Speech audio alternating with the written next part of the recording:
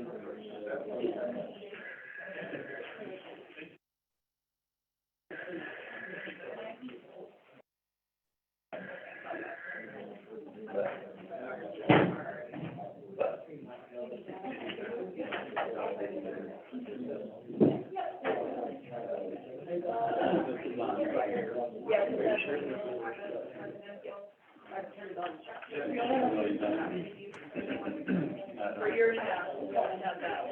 So we got oh, wait, now you're saying not talking anymore.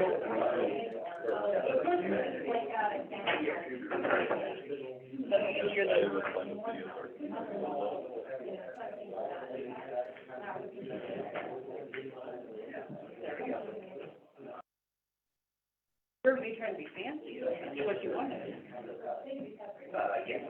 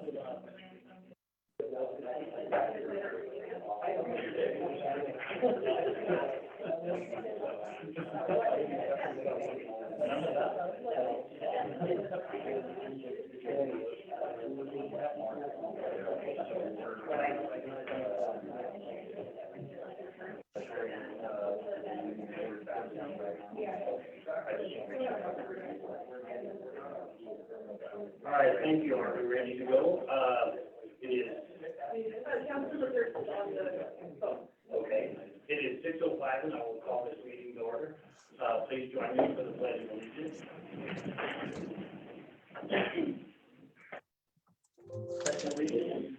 To the United States of America and to the republic for which it stands, one nation under God, indivisible, with liberty and justice for all.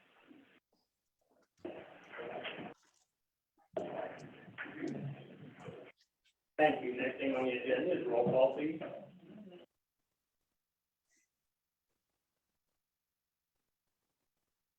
Mayor Terry Whitcomb. Here. Vice Mayor Jacqueline Wells. Here. Councilmember Aaron Durst. Here. Councilmember Darrell Gardner. Here. Councilmember Devari Martinez. Here. Councilmember Linda Smith. Here. Councilmember Chris Weisenberg. Here. All right, thank you. Next thing on the agenda is approval of the agenda, Vice Mayor Wells. I move to approve the agenda for the special city council meeting of March 22nd, 2020 as presented. There's been a motion made and seconded to approve the agenda for the special city council meeting of March 22nd, 2022, as presented. Is there any discussion? Open online voting. Online voting is open.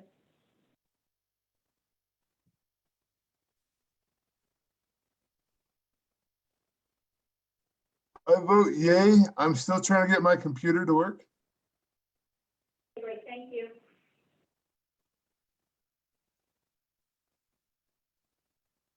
I guess I'll vote yea, and then Online voting has closed, the motion passes with 7 yeas.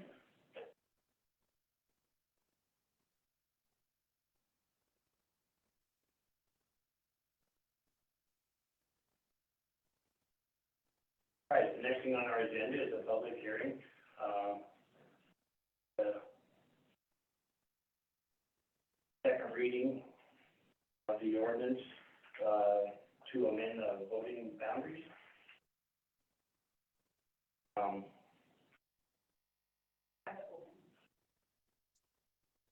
I'm sorry, public hearing. I'll open the public hearing for the second reading and waive the reading of the ordinance to amend the voting ward boundaries to reflect the 2020 census population shifts. Is there anybody here that would like to speak to this subject? Seeing none, I will close that public hearing.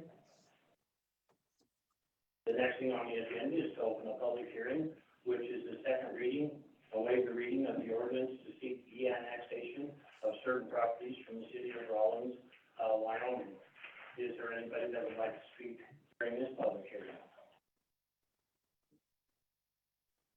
Would like to come up front, tell us who you are, and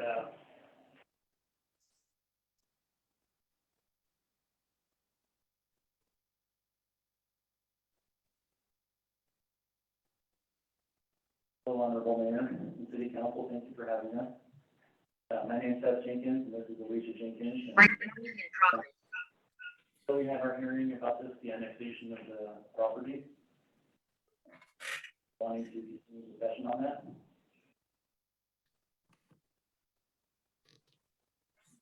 later on there'll be more discussion when we get to the actual motion. Is that correct?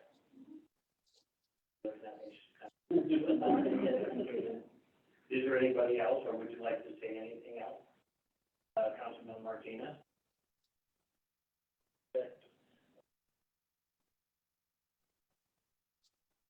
little bit of research and could not have an ordinance.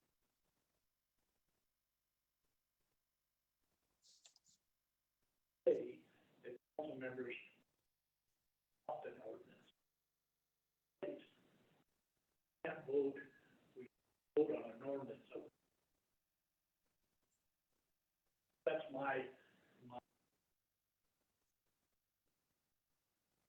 introduce an ordinance. Vote on an ordinance that we don't. We amending. Rationing with that. There's the documentations in front of us. That's checking into.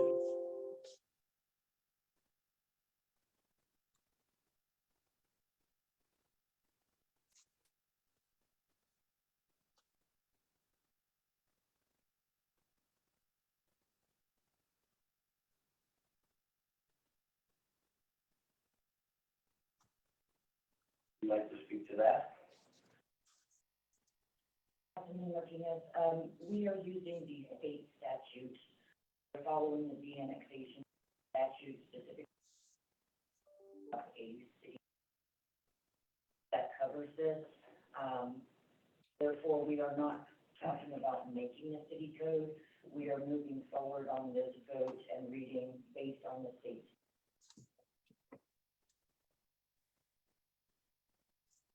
Not to be argument. Law says we can come up with a language to it.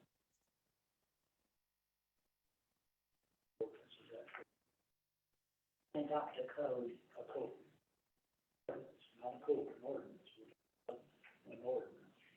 In this case, the ordinance that we're talking about is the ordinance number that is being read. It's not an ordinance as in municipal code ordinance.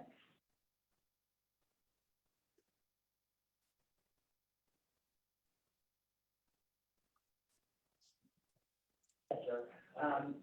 There's one, the ordinance where things come in front of the council. It's just a vehicle to bring things in front of the council legislatively. If we want to change a municipal code and we call that an ordinance, that is a different type of. And I can address that as well, although I can barely hear the council.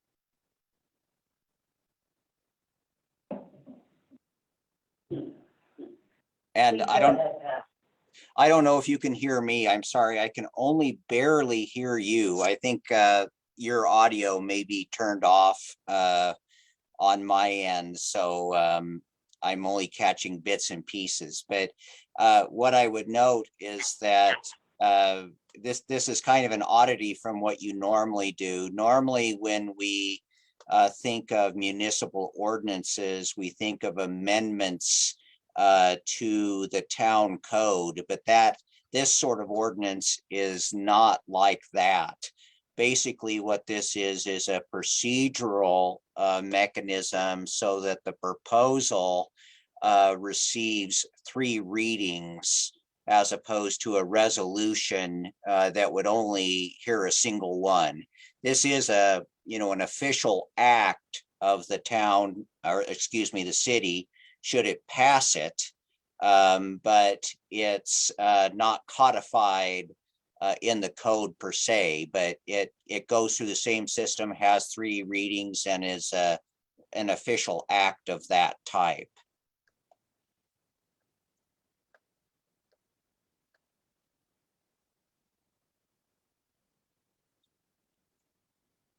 All right, so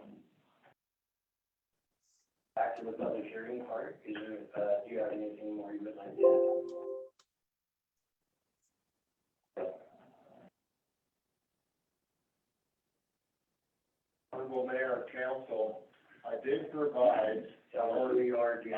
Jim Fishy. I was the previous owner of this property.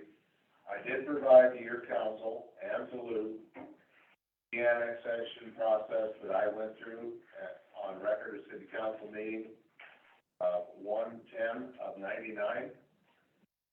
I have been advised by my legal advice that the reason that it follows state statute is that the city and the county both really don't have a gain or a loss here. It's just a transfer of private property.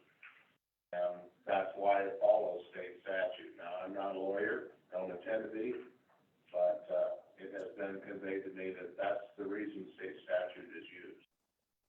So I wanted to provide that document to give you a council meeting. Go look up what went on in 99, and maybe we'll give you guys some insight on that happened at that time. Is there anybody else who wants to add?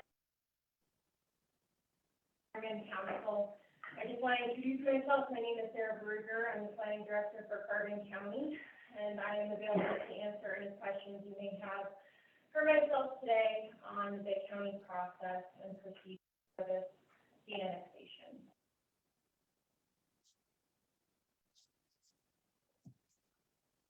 Anyone else? Okay, at this time, I will close the public hearing.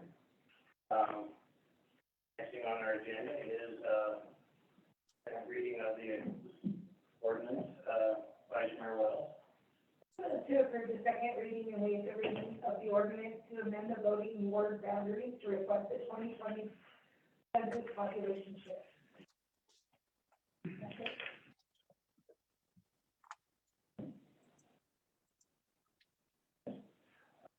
There's been a motion made and seconded to approve the second reading and waive the reading of the ordinance to amend the voting ward boundaries to reflect the 2020 census population shifts. Is there any further discussion? Seeing none, please open online voting. Online voting is open.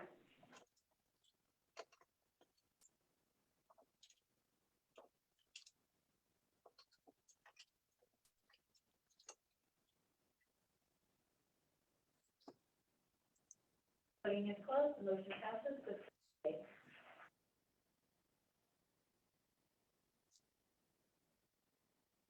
Next thing on the agenda is,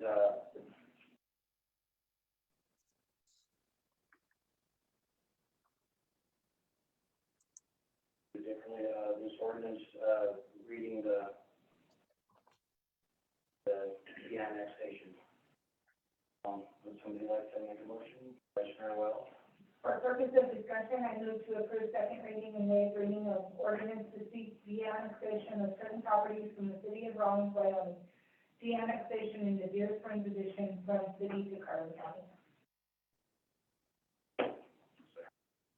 A motion made and seconded to approve the second reading and waive reading of ordinance to seek the annexation of certain properties from the city of Rawlins, Wyoming, the annexation in the Deer Springs addition, Carbon County. Any discussion? Councilman Eisenberg? So, just for the mayor appearance, I'm gonna declare a conflict of interest because it could hold a monetary value to my property as my property is, in direct line with that property, and I don't want anything to do with, any kind of increase or decrease in my value of the property. You all know. Thank you. Lou? Local mayor and council, this has been a first for me, and getting the information from Jim back in '99, so this hasn't been done in quite a long time. Our ordinance, we do have annexation, but nothing to reflect the annexation. So I've asked Sarah to come up from the county planner. I know the last time we adjourned, there was quite a few questions that needed, and our special guest is you, so any questions? Here she is.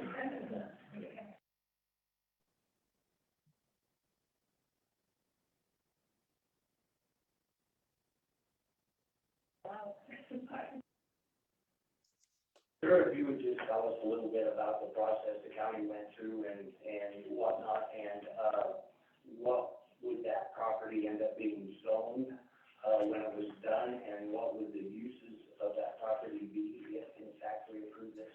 Okay, yeah, sure. So basically the procedure that was initiated was when we received a letter from the applicant, stating their letter of petition for de-annexation that was on December 14th, 2021, that was filed. And so we took a look at statute and what the county's requirements were for that de-annexation. And from statute, we interpreted that we had 60 days to prepare a report. The county would prepare a report to look at the impacts of the proposed de-annexation. And so with that, within the 60 days, we did provide that report to the Board of County Commissioners for their review, and they ultimately, they recommended that it be brought to the city council. There was no formal action taken, and it's our understanding on the county, what the county's perspective is that there's no formal action that needs to be taken from the county side. So we provided that report to the city, and with that, turn it over to the city so that they could complete their, your side of the process would be, ultimately working on an ordinance, if you so approve. So that was what we did on the county side, and that is our understanding of, the county process. And so, with essentially, if the city council were to approve this municipal de-annexation, what would happen is this would revert to ranching, agriculture, and mining zoning. So this RAM zoning is what a lot of Carbon County is. It is more agricultural use. It is essentially, it wouldn't be in conformance. So with these parcels, the size of these parcels, I believe we have me just confirm, we have a 10-acre parcel and it's around a 2-acre parcel approximately. So minimum parcel size for ranching, ag, and mining is 35 acres. So that would be considered pre-existing non-conforming. So if they came in and applied for a building permit for a mobile home or, a home, we would say, okay, this parcel is pre-existing non-conforming, and you need to apply for a zone change in order to come into conformance. So that is what we laid out in the staff recommendation essentially, is that if this municipal de-annexation were to occur, that on the county end, it would become RAM zoning. And then ultimately, we would encourage them as soon as possible to get a zone change so that they would be in conformance, so that they could apply for a building permit and that their zoning would be compatible for the proposed use of the parcels. So what we would recommend for those parcels, I mean, it really is dependent on what they would like to do with the property, but it's our understanding from conversations with the applicant and in the staff report itself as well, that the applicant would like to build a residential home on at least one of the parcels right now, maybe in the future on some others. So with that in mind, it being that they would like to have a residential use on that property, that they would apply for a zone change from ranching, ag, and mining to either residential or rural residential agriculture.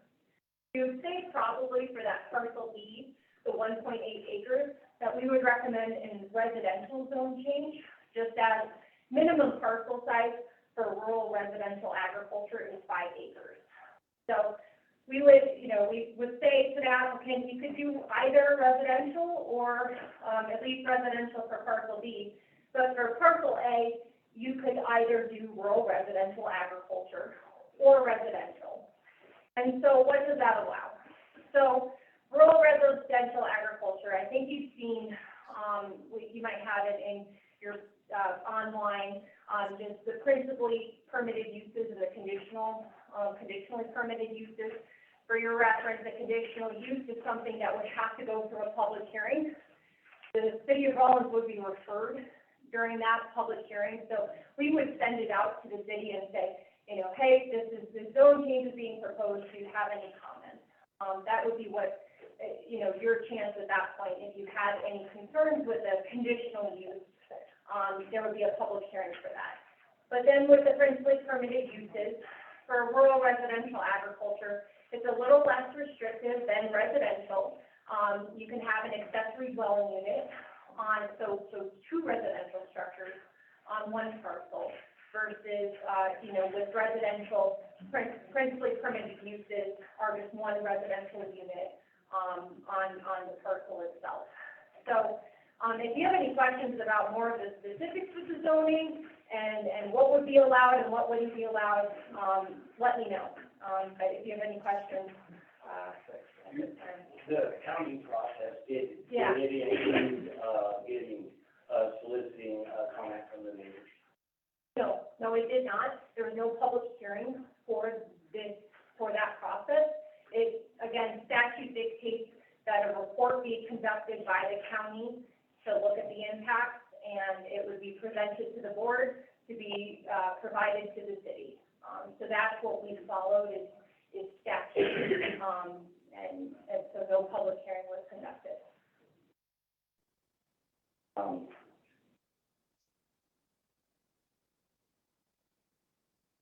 Anything else to ask you about it?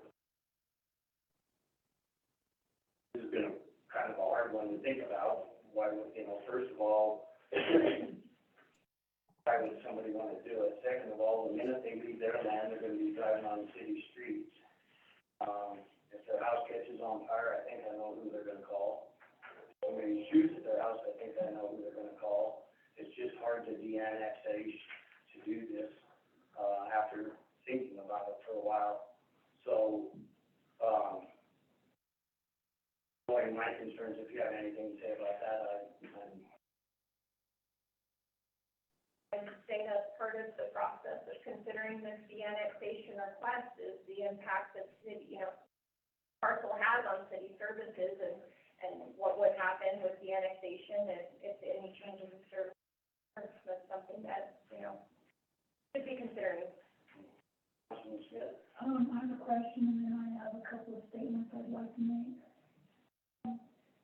If they were to change it to, well, obviously Ram, they could have cows and sheep, or goats, or anything, I guess there's a corral there.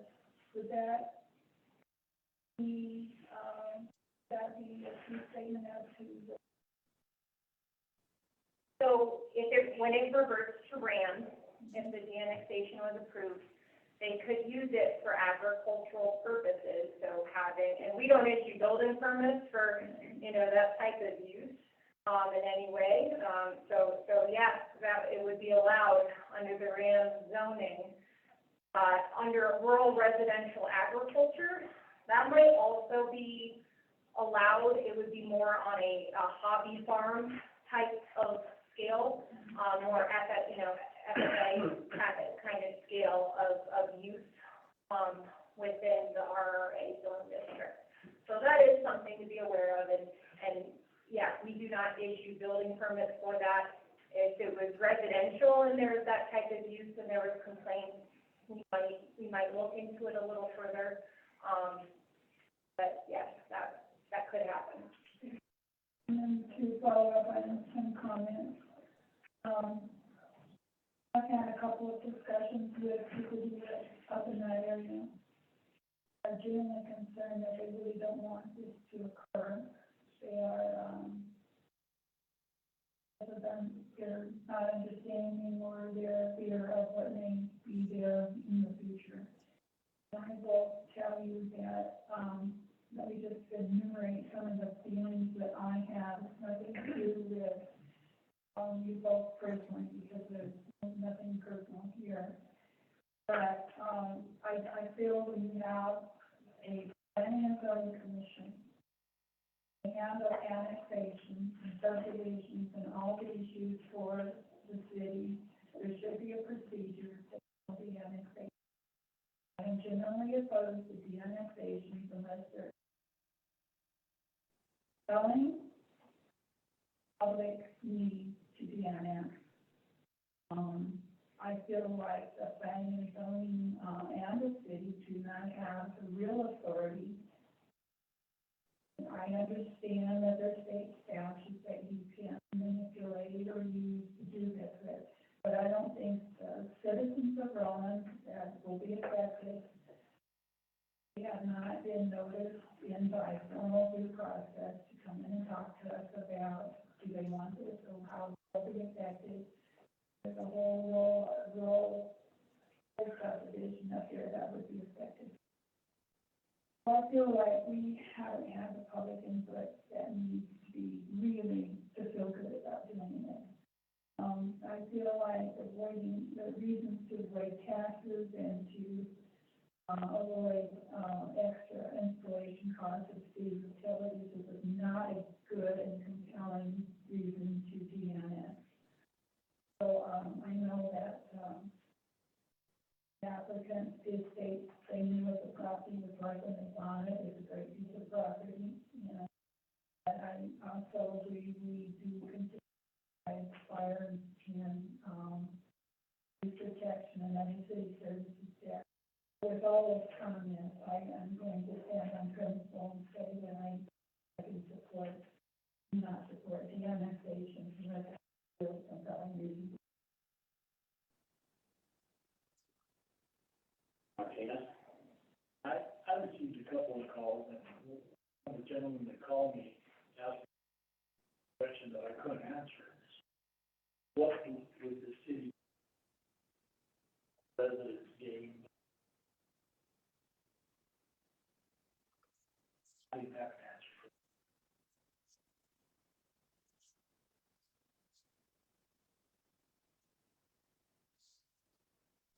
I've thought about this quite a bit, and I voted positively on it last time. I've done a lot of soul searching, and I think Terry Whiten would vote one way, Mayor Whiten would vote another.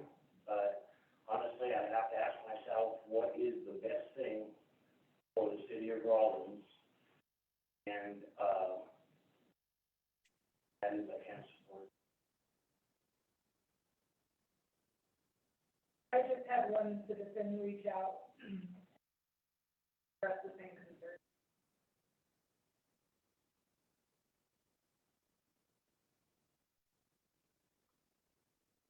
Anything else? Anybody else?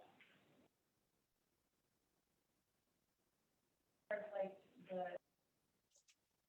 or cheaper that was brought forth, we already have a parcel that's in that has the corral on it, so if it's actually an issue, already there. That were our purpose, we could already. And I understand that, in the way of zoning and stuff, it's about that piece of property. It has really nothing to do with who owns it. Sell it tomorrow, or whatever. So we have to look at it that way, in my opinion. Yeah. Please open online voting.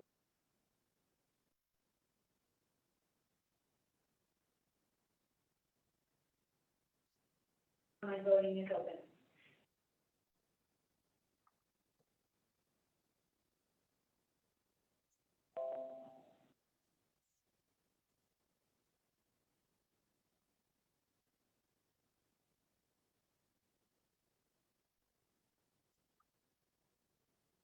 My voting has closed, the motion failed. Councilmember First, Councilmember Martinez, Vice Mayor Wells, Mayor Terry Whitcomb, and all voted nay. Councilmember Chris Weisenberg was not present to vote. Councilmember Carol Gardner voted yea. Thank you. All right, next thing on our agenda is,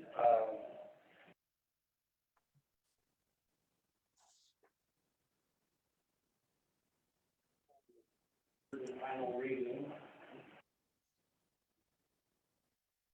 of the, option fee. Vice Mayor Wells. I move to approve third and final reading and waiving the reading of ordinance amending Title 6-1250 adoption fees, dog and cats to allow for the chief of police to temporarily waive adoption fees from the shelter in Paper Mattress. There's been a motion made and, seconded to approve the third and final reading and waive the reading of the ordinance amending the Title 6.12.050 adoption fees, dogs and cats, to allow for the chief of police to temporarily waive adoption fees when the shelter is near capacity. Any discussion?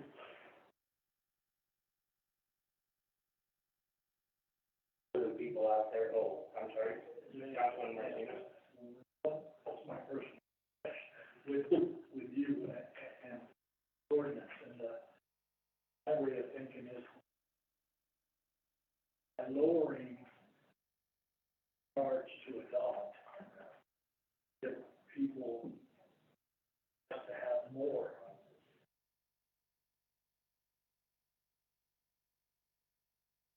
Some people that would love animals, and I don't, that's their thing. Help me keep you to say we want to adopt 5 or 6. Right now, in my residence, where I live, problems we have with cats, not pet cats, just cats. Terrible. They ruin your yard, you can't plant flowers, they stink. They're terrible. And then, the second one we have is the deer problem on top of that. How do we beautify our community if we're gonna have these pets of all kinds running around? We have no control over it. We can't control the deer. Let's put a fence, so we can't put a fence in cars. So we can, and then they can get up on anything. I don't know if it's because, there's an agriculture area where they have, sheep, sheep, horses and things. Have more cats there, they come into town. Oh, we can control them. They're got the number of animals that can be owned. Is there, And they, 5. 4, I believe, for cats. So now you got 5 cats, 5 dogs, and The staff at the shelter, the animal control officers go to great lengths to make sure or ensure that the animals are going to good health. That's the thing, I gotta say, just a minute, stop, go ahead. Would be assessing how many animals they are young.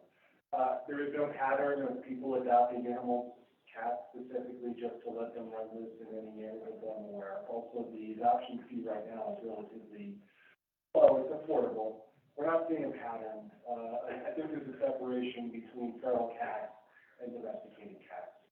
I think that the cats that you're speaking of, are probably feral cats. And the animal control officers do address that, specifically in working with partnerships, other agencies, and But I don't think that this would impact what you're addressing. I don't think that they're related. This would simply be a tool that would allow me to waive the fees when the amount of animals at the shelter is rising and reaching a level that could go over capacity.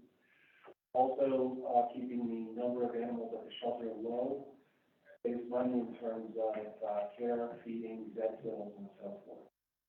This is not something that would happen regularly. It would be just a tool used to control the number of animals being housed.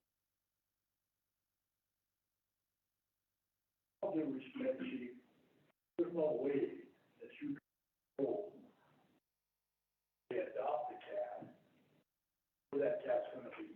There's no way. You're gonna never convince me of it. That lady asked the question, you know, that guarantee that there ain't gonna be any cats in my backyard, in my flower bed. As a council member, I couldn't do that.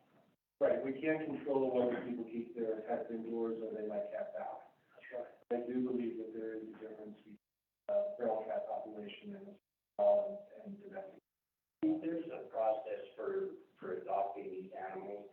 Maybe if you would describe that, that would, help. Typically, they'll come in, visit with the animals, they will be, I don't want to say investigated, but the potential, people who would be adopting animals will be checked out by the animal control officers to ensure that the animal is going to a good home, and so forth. I'm not sure about cats, but I know I adopted it.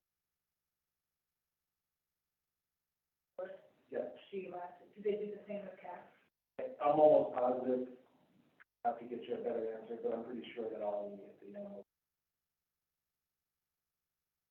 This is a more, this is a more controlled process. It's gonna happen one way or the other when the animals end up in the shelter. The goal of the staff at the shelter is to find a good home for the animals, get them placed, so that they don't stay at the shelter. So I would throw the question in.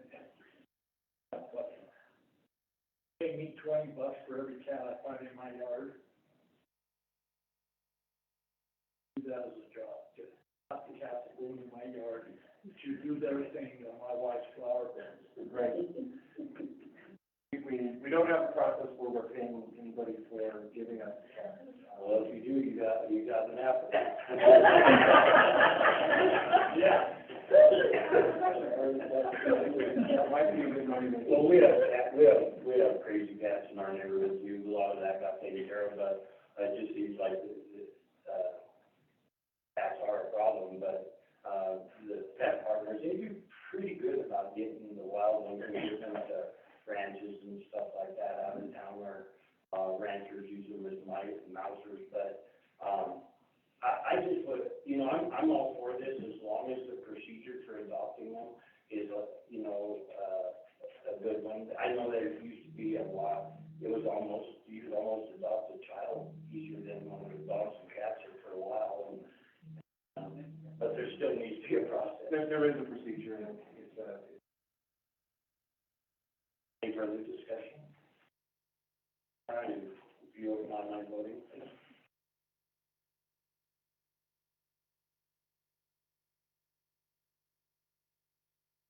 Online voting is open.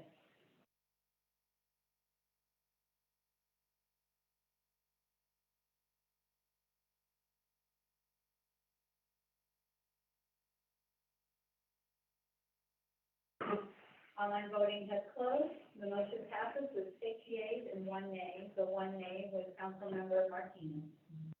Hey, council members, thank you for your consideration. Thank you. All right, next thing is an executive session, Councilman Smith. I move that we go into executive session at 6:42 P.M. pursuant to Wyoming Statute 16-4059, consider receiving any information classified as confidential by law. Okay, there's been a motion made and seconded to go into executive session at 6:42 P.M. for Wyoming Statute 16-4-405 to consider or receive any information classified as confidential. Any discussion? Please vote. Online voting is open.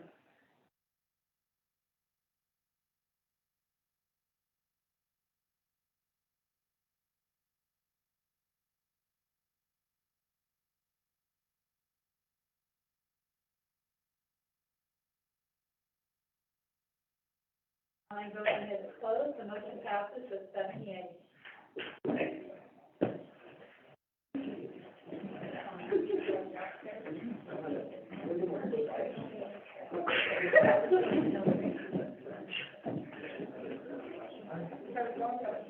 Yes.